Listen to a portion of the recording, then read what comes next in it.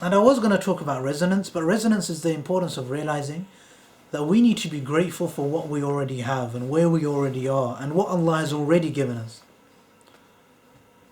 Because we live in a world which teaches us to look beyond what we have. Isn't it? So as soon as we do that, we need to sometimes just take 5 seconds to do the opposite. And instead of saying, what do I not have and what's wrong with me and what's going bad, say, what's going right? What do I have and what's going good? And just follow one more breath in. Bring that attention to your breath.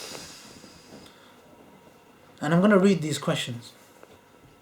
What if, I want you to ask yourself, and remember when we're asking these kind of questions, don't try and figure out the answer. You don't know the answer, man. Just let your soul answer. Please don't let your mind ruin these questions. Sometimes we're very logical and we're like, yeah, I know the answer. You don't know the answer. Just pretend I'm telling you as a fact you don't know the answer to any of these questions. So just let the answer come from something which is bigger than yourself. Not from yourself. Yeah, sorry for shouting at you. That doesn't help with relaxing and breathing, does it? But anyway, man, remember to breathe. So what if I am exactly where I'm meant to be today, man? If everything that's happened in your life so far, everything which has happened in the past 10, 15, 20, 30 years of your life, every single experience which you've had in your life, what if every single one of them was exactly what was meant to happen? None of them were a mistake. In fact, ask yourself, how can I trust that in reality I'm actually ahead of schedule? I'm ahead of where I'm meant to be. And ask yourself this next one. This is an important question, this next one. How come I love my illusion of control? How come I love thinking that I control my life? How come I love thinking that I decide what happens in my life? Why do we love the illusion of control so much? We know Allah created you and Allah decides everything that happens in the world around you, and Allah created the coronavirus for a very, very, very important reason, for it to teach you the most important lessons of your life probably so far. So why do we think that we're in control so much? And how much do we really believe that Allah is in control? And again, just breathing, giving time for the answers to come. I think Sister Gulsen, who's also a Reva, I think. Sorry, I don't think she's a Reva, but she said something really beautiful.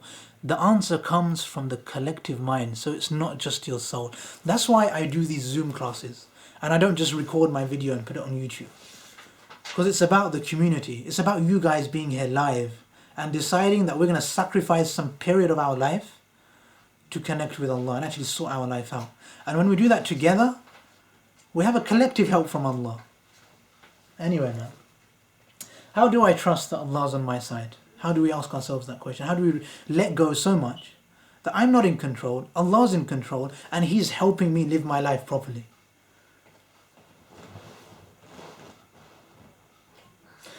And how would we behave? How would Habib behave if he truly believed that despite what I do, regardless of how badly I mess up, regardless of how off topic I go, regardless of how badly I go off script, I'm still doing exactly as Allah planned? If I believe that, wouldn't I really be able to trust Allah and just let go? And again, I want to bring that question again, man. Why do we love the illusion of control so much, man? Maybe there's an answer here.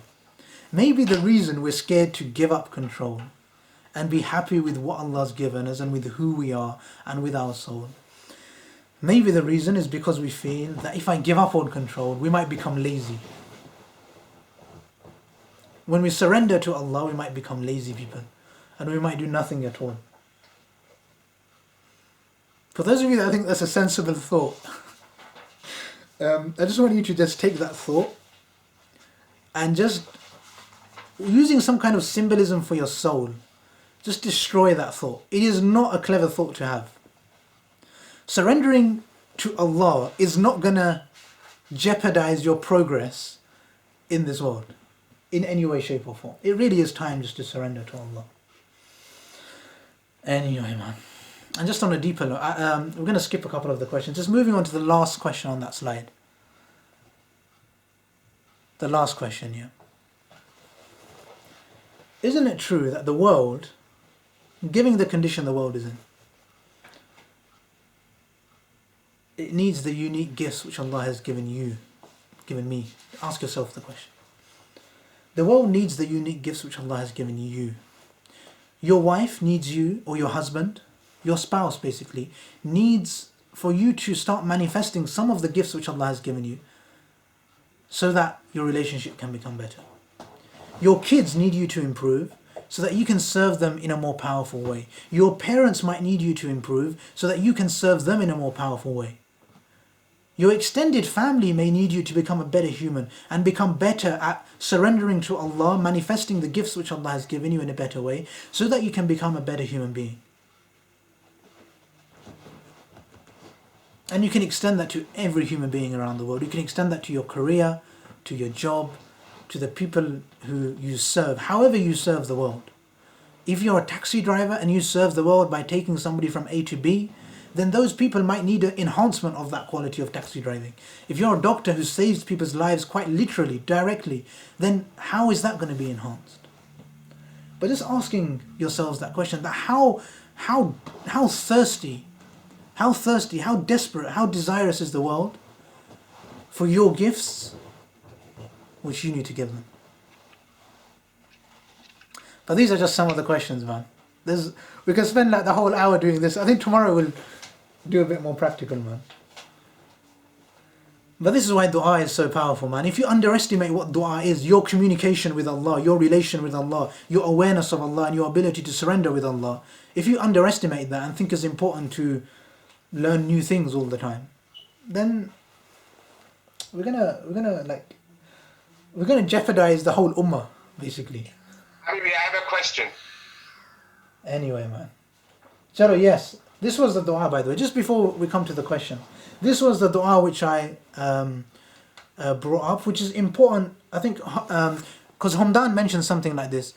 Allahumma qannitni bima... This is one of the duas from the Prophet sallallahu alaihi wasallam.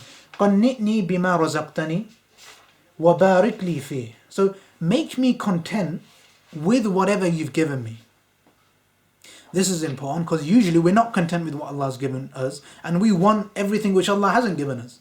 So it's a really important dua. Make me content with what you have given me. So bring more attention to what Allah has given you. وَبَارِكْ لِي فِي, and give me blessings. وَخْلُفْ عَلَيَّ كُلَّ غَائِبَةٍ لِي بِخَيْرٍ. And at the same time, وَخْلُفْ, this is from the word khalifa, to give a vicegerent, to give an exchange. Give me something better in replacement of everything which you didn't give me. It's a bit hard to translate the Arabic, man. Give me something better in replacement, basically for everything which I think I was meant to have. Make sure I get something better. So, وَخْلُفْ عَلَيَّ كُلَّ غَائِبَةٍ, replace everything which I haven't been given with something better. Sometimes we become fixated that I want this, I want X.